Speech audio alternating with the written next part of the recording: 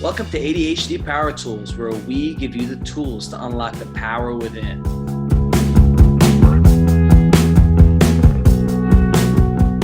Hello, Brooke. Today I want to talk to you about getting back to school. I want to ask you, what are some tools you can give us on getting back to school?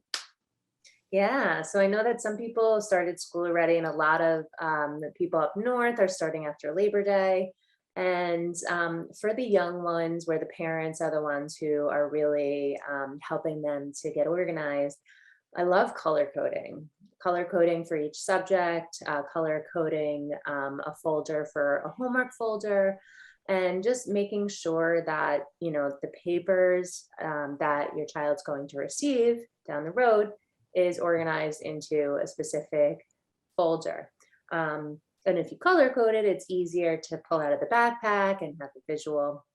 Another thing is just taking a look at if there's anything on Google Classroom already or a syllabus, and taking a look at any materials that are needed and making sure that your child is set up for the first day with success, as they might have that anxiety. They might already have weak executive function skills. So starting off the school year on the right foot is helpful to get them organized. I would also do a paper clean out every Friday, going Mhm. through the folders, seeing what your child needs, what they don't need, and making sure that he or she has only the important papers, and the rest of the things are either thrown out or put into a drawer or put into a box somewhere that they can come back to when they need it. So the biggest thing is making sure that papers aren't everywhere, that they have the right supplies. I know it's easy to lose pencils and pens, so overstock your child with that. Making sure that there's an oversupply, there's a supply at home just in case. And yeah, those are just some tips for the little ones. Yeah, that's very helpful. That reminds me because I was really one of those kids who always lost my pencils and pens. So the overstocking, I think, is very important. 100%. I mean, I'm going back to school as well. I'm a college student, and I got some tools myself. Things are going back to, like, we've had an episode on things going back to normal, and school's back in person. So not only do we need to get back to our school routine, but we need to get back to a newer, more developed routine, because things are back in person, not online like they used to be.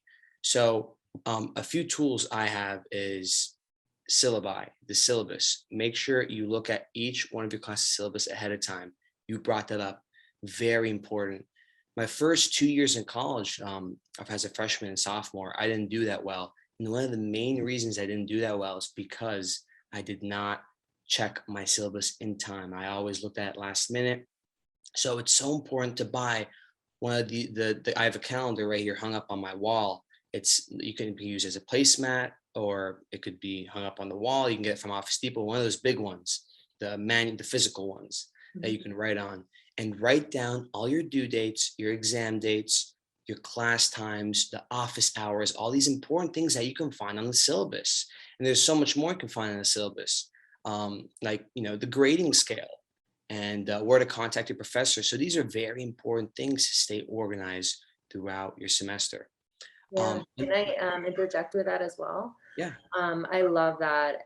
Whenever I worked with college students in the past, I always said work backwards, take a look at the due dates. But with that, not only putting those on your calendar, but also like breaking up those projects. So if you have a due date for a project, knowing how many days in advance you're going to have to start for it. So you might not know exactly what you're going to be breaking up, but you could say start project. And then when it gets yes. closer to it, learn what you need to actually break up. Or same thing with a test, study. Maybe you need to study a week in advance. So start studying for X test on this day. Yes. And those boxes on the calendar, they're pretty small. So there's only so much you can fit in it. Things like working out, starting the project at this time, hanging out with friends, going to office hours. There's so much you could do in one day. That's why, using your phone for a calendar app or an agenda. I know you have like that pocket sized backpack agenda you've showed us once before. Those are very helpful, where you can write a list of things ahead of time, a week ahead, a month ahead, and always update it, check it every day, a couple times at least, and that helps me out a lot. Another thing Absolutely. that helps me out a lot with college is making friends. It's very important to engage in your classes with your classmates and your professors. So when I get into new class, you want to have some sort of accountability, and having friends not only keeps you connected with the class material with other people, but keeps you accountable in what you're doing. You can contact them over the phone. What did you answer for this? What do you do for that? And work together as a team. Stay more engaged in the class. Say hi to the professor at the end of class.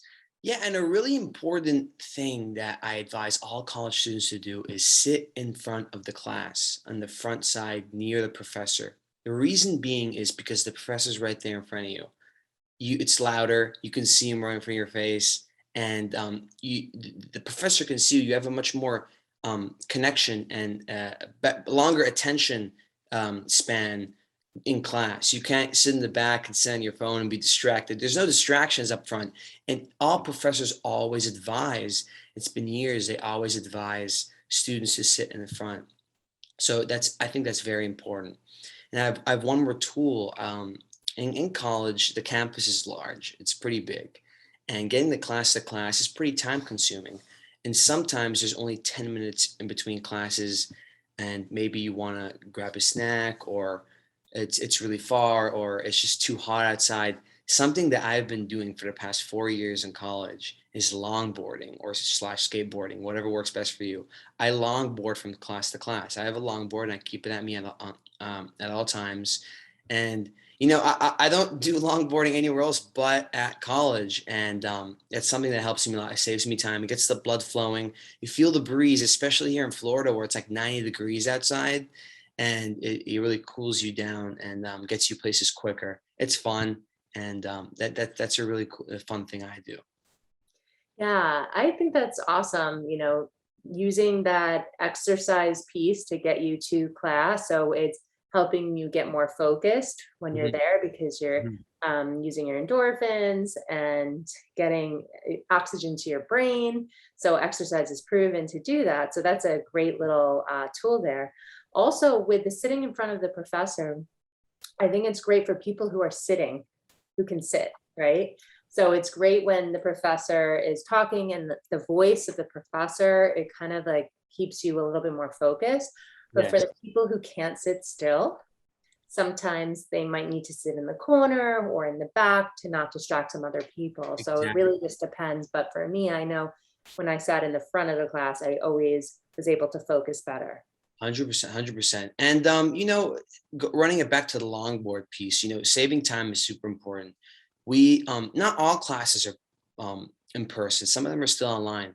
But for those that are transferring back to in-person classes, there's something that we lose is the traveling time, the commuting time, the time when we get ready. That is extra time that it takes to go to an in-person class versus if you're remote functioning. All you have to do is get out of bed and hop on your Zoom and you're good to go. So it's really important to stay organized and plan ahead of time because you are using so much more time in person. And it's important to have your calendar ready and really organize your time and have discipline to take on your day at college and anywhere and in school in general. One last thing that you said that kind of triggered something for me was the relationship with your professor or teacher if you're a younger student. Um, Going to office hours, going to extra help, and building that relationship because you never know what Yes. you're going to get from that. If you're on the border of a C plus or a B minus, they might Yeah. push you over because of the relationship and seeing how hard you try. 100%, 100%. Not only does it help your grade, but you can get recommendation letters. See, I plan on applying to medical school. And once you apply to medical school, you need some recommendation letters. You need to submit a couple of recommendation letters from professors. Going to office hours, getting a really good grade, showing that you're passionate and having questions, showing interest in the class, and getting close to the professor can help you get recommendation letters like that for those who are interested in applying to jobs later on in the future. It really helps your career. And not only does it help your career, but it helps your grade and helps what you're learning in class.